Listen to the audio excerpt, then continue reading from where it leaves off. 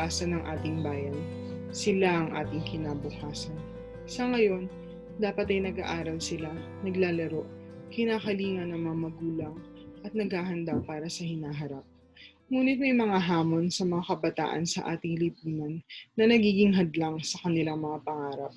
Isang matinding hamon ay ang maagang pagbubuntis at panganganak. In the Philippines, 1 in every 10 young women aged 15 to 19 years old is already a mother or pregnant with her first child, and this number only increases with age. Among the 19-year-olds, 1 in every 5 is already a mother. 24 babies are born to teen mothers every hour. This means more than 500 per day, or more than 200 babies delivered by teen mothers annually. Marriage and family matters is the top reason for girls dropping out of school. 4 out of 10 girls who drop out have already entered marriage. Teenage fathers, meanwhile, also have to stop attending school to earn money to support their families. Pregnancy and childbirth-related complications among 15 to 24-year-old women account for 22% of all maternal deaths in the country. Globally, this is the leading cause of death among young women 15 to 19 years old. Children born to children have higher risk of malnutrition and lower chances of reaching their second birthday. Ang hamon ng adolescent pregnancy at child marriage ay dulot ng maraming bagay, kasama ng kahirapan, kakulangan sa pagbubuhay, kawalan ng kaalaman, kawalan ng access sa kritikal na serbisyong pangkalusugan, at sexual and gender-based violence. Karamihan dito, preventable o maaaring iwasan. Kung may kaalaman lang sana sila, kung may access lang sana sila sa necessary healthcare, kung may comprehensive sexuality education lang sana sa paaralan. If only we recognize that children and young people have the right to sexual and reproductive health. If only adults know how to listen and respond to their needs. If only we acknowledge and involve them in decision-making on matters concerning them. If only we are able to protect them from sexual and gender-based violence and from gender inequality. For some of these girls, this is not their first pregnancy while still a girl. For some of them, this could be the beginning of a cycle of intergenerational poverty. And for some of them, this could be the end of their dreams. This has to stop now. The Philippine Legislators Committee on Population and Development, the Commission on Population and Development, and many other partners launched the No More Children Having Children campaign in 2019 to amplify our call for the full and meaningful implementation of the Reproductive Health Law, particularly the provision on mandatory comprehensive sexuality education, as well as to call for the enactment of bills seeking to prevent adolescent pregnancy in the Philippines by establishing a national program that will address the needs of our young people for critical information and services on reproductive health, and by providing social protection for adolescents who are already parents. We are committed to see this through. And this year, in recognition of the changed and changing context brought about by the COVID-19 pandemic that makes everyone vulnerable and puts women and girls at greater risks of unplanned pregnancy and sexual and gender-based violence, PLCTD, POPCOM, the No More Children Having Children campaign, and the Girl Defenders Alliance are joining forces with artists, advocates, and young people to intensify our call to lawmakers, decision makers in the government, and other stakeholders for urgent and decisive action to prevent adolescent pregnancy and end child marriage in the country. Kumilos na tayo bago pa mahuli ang lahat. We owe it to our children and to our future. Magandang hapon, Pilipinas! Nagbabalik ang Amplified Young Voices for Adolescent Health. Ako si Louie Galicia mula sa Philippine Legislators Committee on Population and Development at ako ang makakasama nyo ngayong hapon sa bagong episode na ito. Ang Timely Concert Series na ito ay hatid sa inyo ng Philippine Legislators Committee on Population and Development at ng Commission on Population and Development. Para sa campaign na No More Children having children. Last Thursday, napag-usapan natin ang mga advocacies on adolescent pregnancy and child marriage at ang mahalagang papel ng mga kabataan in addressing these issues. Ngayong hapon, we will deep dive to answer the question, how? Paano nga ba makakatulong ang mga kabataan? Salamat kay Aukilala, Advocacy Manager ng PLCTV, na sinimulan na ang discussion at nag-iwan ng important information about this issue. As I promised earlier, let's talk about the importance of young people at the center of action. Kasama natin syempre si Nika Melchor ng bandang The Vowels They Orbit para magbigay ng kanyang perspectives. At si Hakim na isang youth #Girl Defender all the way from Lanao del Sur para naman ibahagi ang kanyang role bilang isang youth advocate. We often hear about this famous quote from Jose Rizal at kaulit nga lang din ni Ate Au kanina na ang kabataan ang pag-asa ng bayan. So Nika, how do you think are young people living up to these expectations? Hello, good afternoon. To answer that question, on social media, I see so many young people posting their thoughts, their opinions on certain issues, more and more. So yung fact na nagpo-post sila ng opinions nila, ng thoughts nila, means that they have their own voice and they're starting to know themselves even more. So, given yung characteristic na yun ng young people, ayun, I really believe na yun yung makakatulong sa bansa natin. So, yun yung, I do think that young people are living up to this expectation dun sa quote na sinabi mo kanina. Kasi, instead of using the platforms to, alam mo yun, parang to brag about what they have, ang daming ngayon ginagamit yung platforms nila, yung social media accounts nila to voice out their opinions. So I see hope in the young people when it comes to that questions. Right. Thank you for that, Nika. So napapansin natin na yung kabataan natin mas nagiging progressive, mas nagiging involved. And we hope na ang adult ay bigyan tayo ng support now that we are trying to be involved more and speak up. Yes. Hakim, can you tell us a bit about the work that you do as a youth #Girl Defender? Paano ka nagsimula and why did you choose to be involved in this advocacy? Way back 2018 po, nag-conduct po ng youth camp po ang Al-Mujadila Development Foundation po. Tapos, parang nagka-interest po ako na sumali para mas ma-enhance po yung leadership skills ko. Tapos doon po na-introduce sa akin yung violence against women and girls at saka yung child early and forced marriage. So parang mas nadagdagan po yung knowledge ko na sumali po sa advokasiyang ito at sa kampanyang ito para po maging boses po ng mga kabataan, ng mga kababaihan, ng batang babae para po makamit nila ang kanilang mga kalayaan. Sa ngayon po, kalayaan at magandang kinabukasan. Alright, salamat Hakim for saying that. We hope na mas marami pang maging involved sa activities ng ating #Girl Defenders Alliance. Para naman sa inyong dalawa, why do you think should the youth be more involved and active in the issue of adolescent pregnancy and sexual reproductive health and rights? What's your take on this, Nika?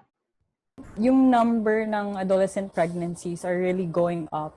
I remember it not being this high back like years ago. Now, tumataas talaga siya. So, I think it's important to be more involved kasi it's something you can't ignore. It's, like I said earlier, ang daming nang nagiging vocal about the things that they see nowadays.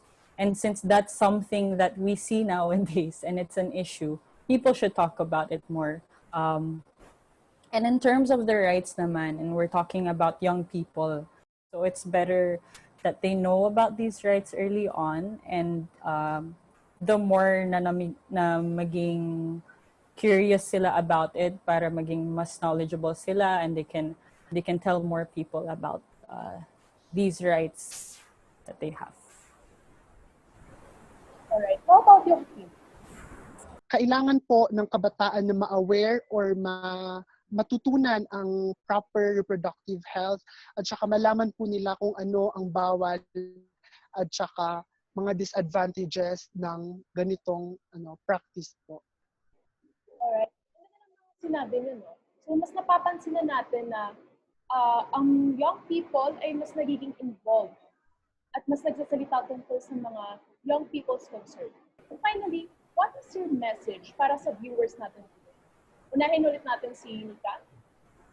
My message is to be careful, be safe always, and keep yourselves educated. If there's something that you don't understand, don't be shy to ask, like we said, a friend or a relative or your sibling, someone that is close to your age, and you'll get through all of this. And really hope na I just want to say that there's a long way ahead of you guys, and if you need, let's say, an ate to talk to, andito ako, pwede yung i-search yung social media accounts ko. And I'd be happy to, talk about it, and we'll get through this together.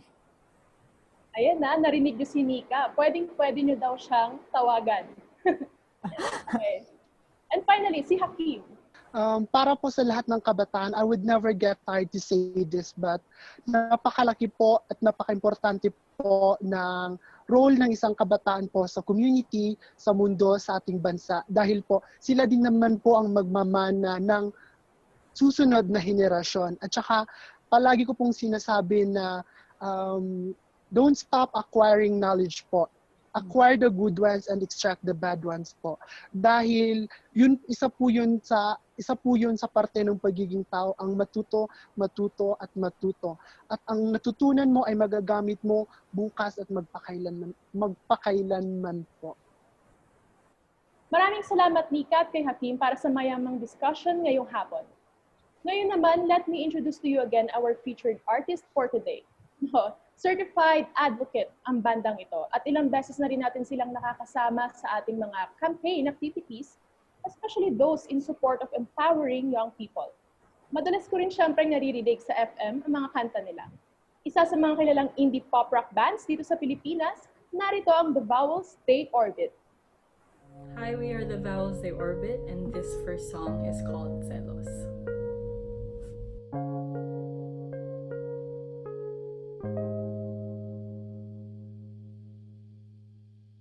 Pinabaliw ako ng selos, di ko man aaminin kung ano-anong iniisip.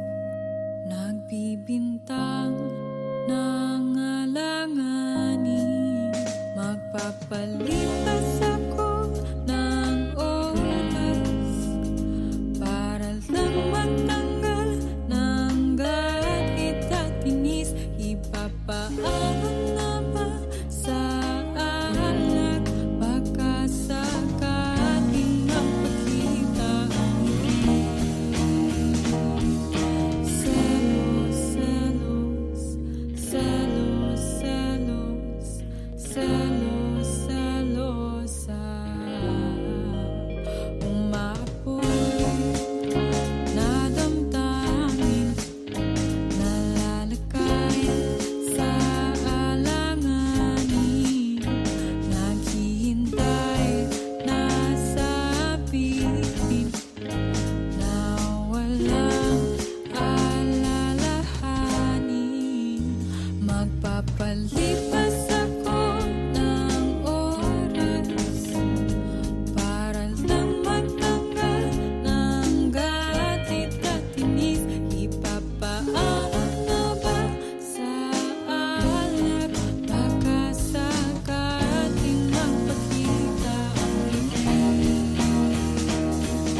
selos, selos, selos, selos, selos, selosa. Selos, selos, selos, selos, selos, selosa. Hindi ako, hindi ikaw, hindi alam ang dahilan. Di mo ko masisisi sa aking inasta.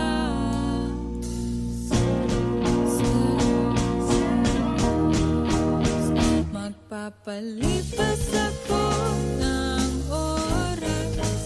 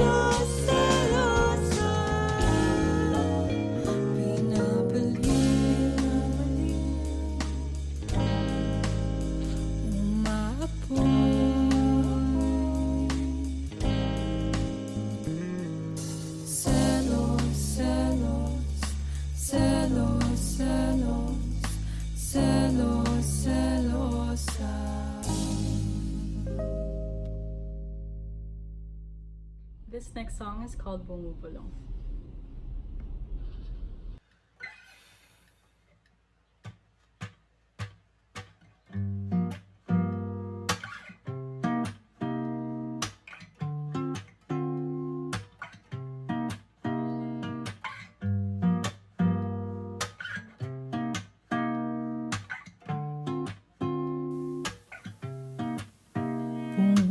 Bumabagal ang oras pagkasama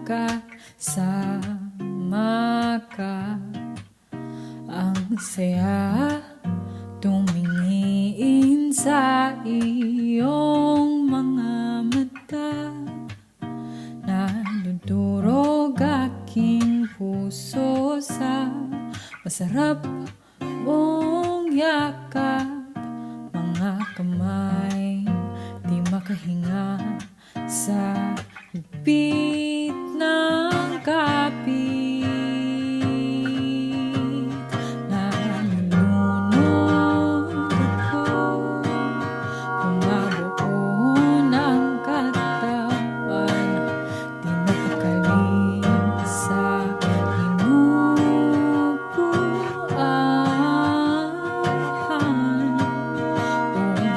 Umiinit kahit malamig ang hangin.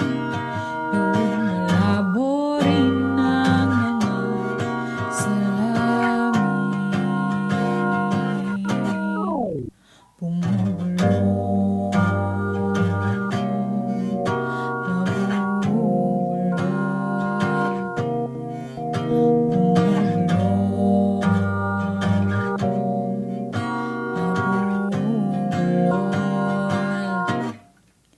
lumalakas ang boses ng ating mga galaw.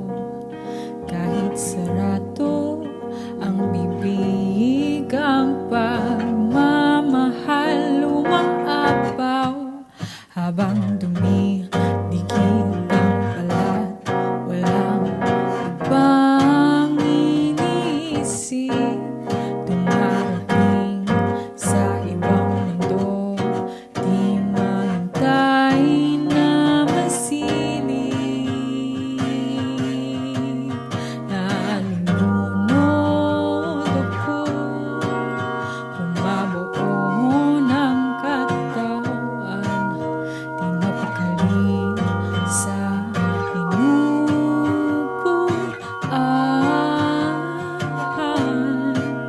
Umiinit kahit malamig ang hangin. Lumalabo rin ang mga salamin. Bumubulong,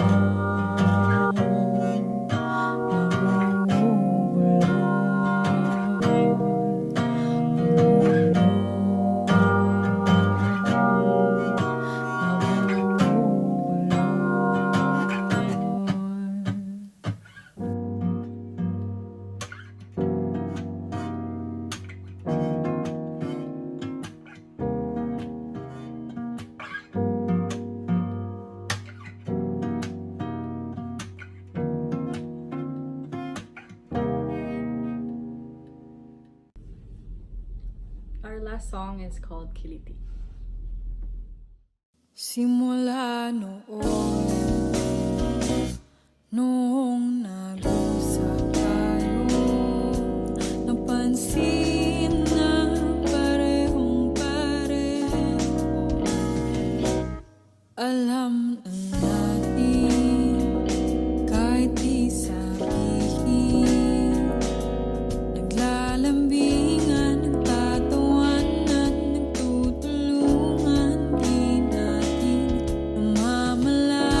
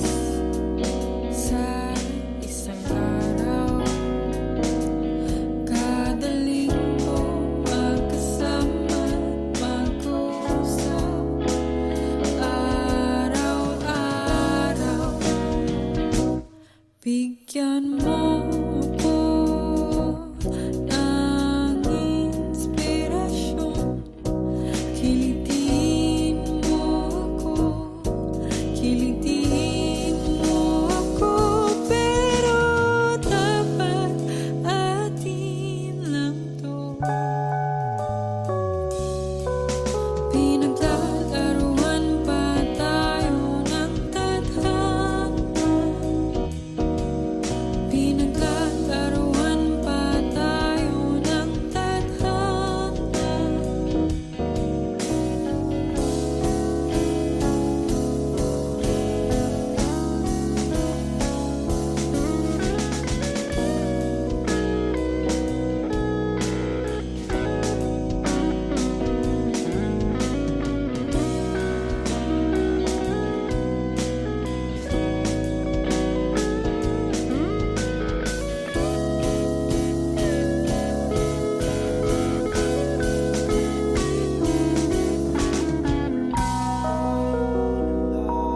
Gusto mo,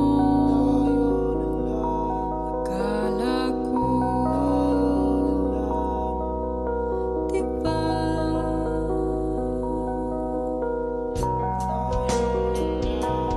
Gusto mo,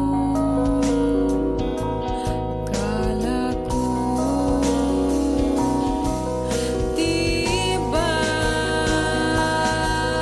Pinaglalaruan pa tayo ng tadhana. Pinaglalaruan pa tayo ng tadhana. Pinaglalaruan pa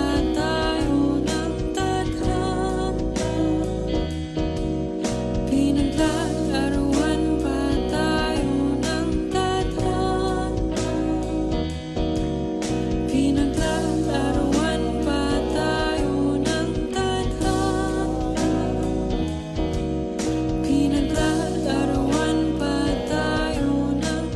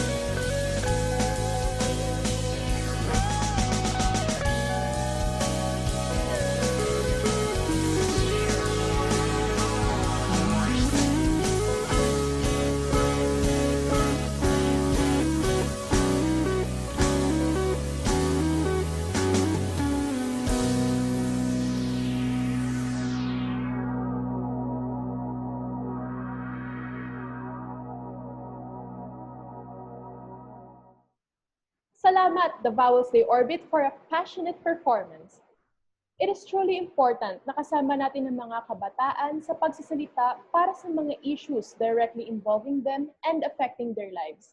The time you took to listen to us today is already one step to becoming aware and involved. Muli, this campaign calls on our lawmakers for decisive action on adolescent pregnancy. Panawagan po naming maipasa ang bills seeking to prevent adolescent pregnancy as well as those seeking to end child marriage. Para makatulong na rin sa prevention, we also would want to see the mandatory comprehensive sexuality education under the reproductive health law implemented so that young people are not left in the dark when it comes to their own sexuality and reproductive health concerns.